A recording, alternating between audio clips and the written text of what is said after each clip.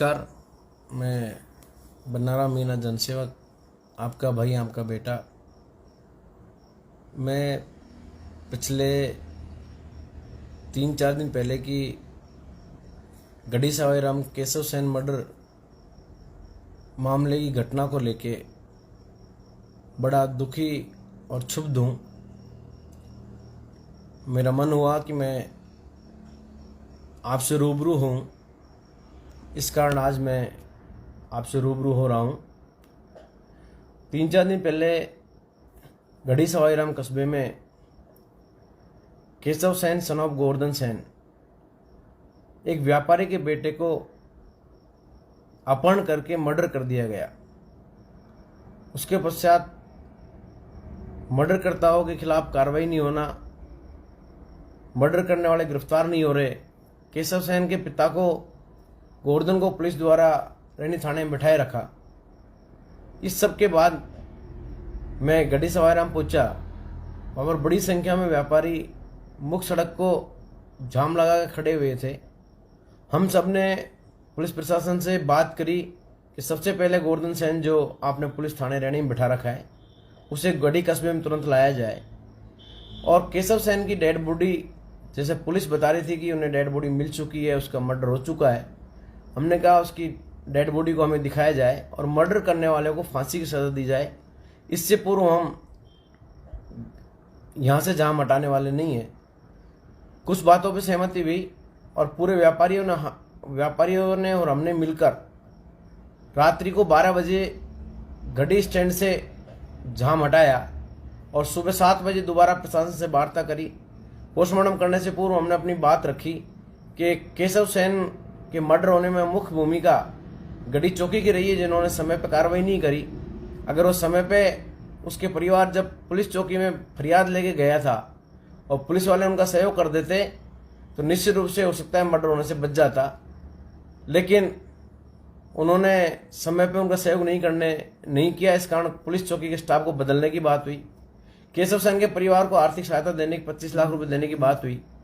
इसके अलावा जिन लोगों ने मर्डर किया है उन्हें फांसी की सजा हो और भविष्य में इस तरह का कोई, हमारे शांति प्रिय जो इलाका है राजगढ़ लक्ष्मणगढ़ का, दोबारा कोई ऐसी घटना की पुनरावृत्ति नहीं हो, इसके आश्वासन को लेकर हमारी प्रशासन से वार्ता चल रही थी। तभी स्थानीय विधायक वहां पर पहुंचा और जो पीड़ित परिवार है उसकी मदद नहीं करके और उल्टा हमारे ऊपर प्रशासन के द्वारा रौब झाड़ने लगा और हमको सड़क से भगाने के प्रयास किए। उसके बाद आसपास के जो सभी इलाके के लोग थे, सभी समाज के लोग थे, उन लोगों ने उसका विरोध किया और उन्होंने मुख्य सड़क के जाम को नहीं हटाया। इसके पश्चात प्रशासन द्वारा 1 बजे हमारी वार्ता समझौता हुआ, जिसमें तय हुआ कि पुलिस चौकी का स्टाफ बदला जाएगा। केशव सेन के हत्यारों को किसी भी कीमत में नहीं बख्शा जाएगा, सबको सजा मिलेगी और जो परिवार है उसको 25 लाख रुपए की आर्थिक सहायता मिलेगी। भविष्य में इस तरह की कोई घटनाएं आसपास क्षेत्र में नहीं हो, पुलिस मुस्तैदी और तेजी से बढ़ाई जाएगी। नायब थानेदार गढ़ी चौकी बिठाया जाएगा और केशव के परिवार के साथ पूरा इलाका मन से है उसका आर्थिक सहयोग करेगा और जिन्होंने इस तरह की गुंडागिर्दी, मर्डर, अपहरण किया है उसको और उसके परिवार को नहीं बख्शा जाएगा। इन समझौते के साथ हमने वहां से धरना समाप्त किया। लेकिन 2 दिन बाद अखबार में पढ़ा कि जिन लोगों ने उस पीड़ित परिवार को, केशव सेन के मर्डर करने वालों को दंड दिलाने, केशव सेन के परिवार को, गोवर्धन के परिवार को न्याय दिलाने के लिए धरना दिया था, उन्हीं के खिलाफ स्थानीय विधायक के इशारे पर पुलिस ने मुकदमा दर्ज कर लिया।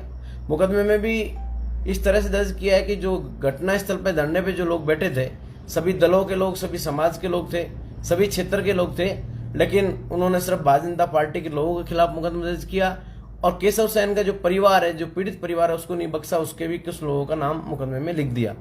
इस तरह की घटनाओं से हमारे भारतीय जनता पार्टी कार्यकर्ता और आसपास के जो गरीबों की लड़ाई लड़ने वाले, केशव सेन के परिवार को न्याय दिलाने की जो लोग लड़ाई लड़ी थी, वो लोग बड़े दुखी और क्षुब्ध हैं। मैं प्रशासन से, स्थानीय विधायक जी से कहना चाहूँगा कि आप गरीब लोगों की मदद नहीं कर सकते हो तो इस तरह से अत्याचार, और वो भी चुन चुन के भारतीय जनता पार्टी कार्यकर्ताओं मत करो। आने वाला समय इस तरह का अन्याय हम सहन नहीं करेंगे। भारतीय जनता पार्टी के कार्यकर्ता अन्याय सहन नहीं करेगा और किसी भी दल का कोई भी कार्यकर्ता, कोई भी आदमी हो, कोई भी नागरिक हो, मजलूम, गरीब, दलित, छोटा बड़ा, जिसके साथ भी अन्याय राजगढ़ विधानसभा में होगा, हम लोग निश्चित रूप से एक होकर उसकी मदद करेंगे, उसके साथ खड़े होकर लड़ाई लड़ेंगे, चाहे इसके लिए हमें प्रशासन से टकराना पड़े, चाहे जेल जाना पड़े। प्रशासन से और जेल से और स्थानीय विधायक की राजनीति से हम डरने वाले नहीं हैं। मैं ये जरूर कहना चाहूँगा प्रशासन को और स्थानीय विधायक जी को कि इस तरह की भेदभावपूर्ण, अन्यायपूर्ण नीतियों को त्यागें और क्षेत्र की सेवा करें, नहीं तो जनता 2023 में आपको अकल सिखा देगी। और मैं क्षेत्र की जनता से इतना कहना चाहता हूँ कि जहाँ भी किसी के साथ अन्याय होगा, हम उनके साथ खड़े मिलेंगे और लड़ाई लड़ेंगे। धन्यवाद।